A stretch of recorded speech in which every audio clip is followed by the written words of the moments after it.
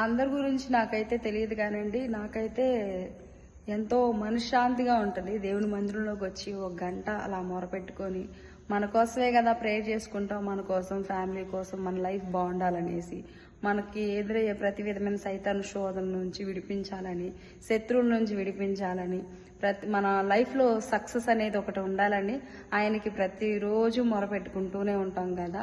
మనం రెగ్యులర్గా ఆయనకి దావీదు మహారాజు ఎలాగైతే రోజుకి ముమ్మారు ఎలాగైతే మొరపెట్టారో ఆ రీతిగా మన ప్రార్థన ఆయనకి ఇంపైన ధూపంలాగా ఉంటే ఆయన త్వరగా వేగరమే మన ప్రార్థన ఆలకించి ఆయన మనకి రిప్లై ఇస్తారు ఖచ్చితంగా.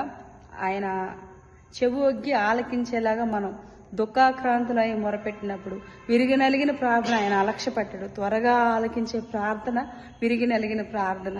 మనం ఎటువంటి బాధ ఉన్నా కానీ ఆయన మందిరంలోకి వచ్చి కూర్చొని మనం చేసే 5 నిమిషాల ప్రార్థన అయినా గట్టిగా చేస్తే మాత్రం, అంటే గట్టిగా అంటే సౌండ్లు వచ్చేటట్టు కాదండి, మన ప్రార్థన అంత బలంగా చేస్తే ఆయన విని మనకి త్వరగానే ఉత్తరం ఇస్తాడు. నా లైఫ్లో ఎన్నో కార్యాలు చేశాడు దేవుడు, మీ లైఫ్లో కూడా అలాగే మంచి కార్యాలు చేసి మీరందరూ హ్యాపీగా ఉండాలి, మీలో మేము కూడా హ్యాపీగా ఉండాలని కోరుకుంటున్నాను.